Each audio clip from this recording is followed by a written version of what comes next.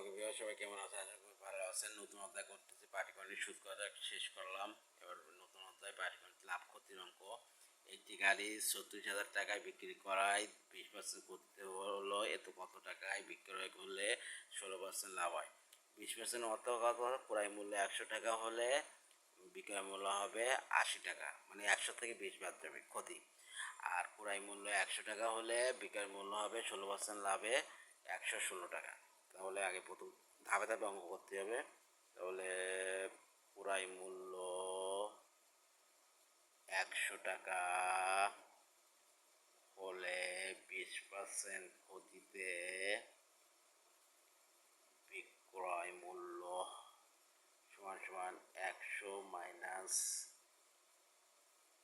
এটা তো ইংলিশে দিয়ে আছে, 100 মাইনাস 20 সমান সমান 80 টাকা। তাহলে 20% ক্ষতিতে, তাহলে এই যে বিক্রয় মূল্য দেওয়া আছে, তাহলে বিক্রয় মূল্য যদি দেওয়া থাকে তাহলে বিক্রয় মূল্য 80 টাকা হলে ক্রয় মূল্য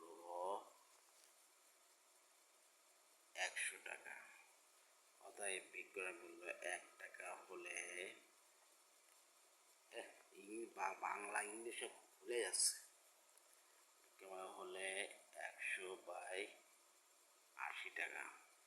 অতএব বিক্রয় মূল্য 36,000 টাকা হলে 100 ইন্টু 36,000 80 টাকা। তাহলে শূন্য শূন্য কেটে গেল, এই শূন্য কেটে গেল, তাহলে 4 এই 5 4 4 4 24 4 নং 36 9 0 0 0। তাহলে 5 নং 45 0 0 0 টাকা। আবার ক্রয় মূল্য 100 টাকা হলে 16% লাভে বিক্রয় মূল্য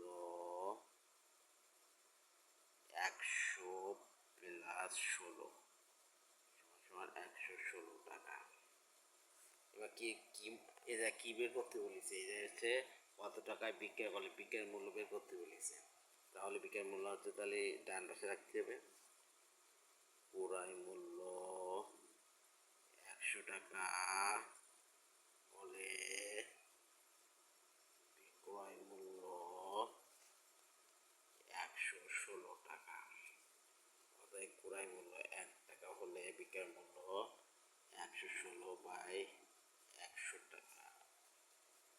অতএব এর ক্রয় মূল্য কত পাইছে? এটা ক্রয় মূল্য পাইছে, ক্রয় মূল্য হচ্ছে 45,000 টাকা হলে বিক্রয় মূল্য হয় 116, 4500/100 টাকা। শূন্য শূন্য কেটে যায়, শূন্য শূন্য কেটে যায়। তাহলে এই যে গুণ করলে কি হয়? গুণ করে ক্যালকুলেটারে বসাই দেবেন। আমি উত্তর দেখি বসাই দিচ্ছি। এটা হচ্ছে 5220 টাকা বাই 12। তাহলে অ্যান্সার হবে 5220 টাকা। ক্যালকুলেশন করে এটা হয়।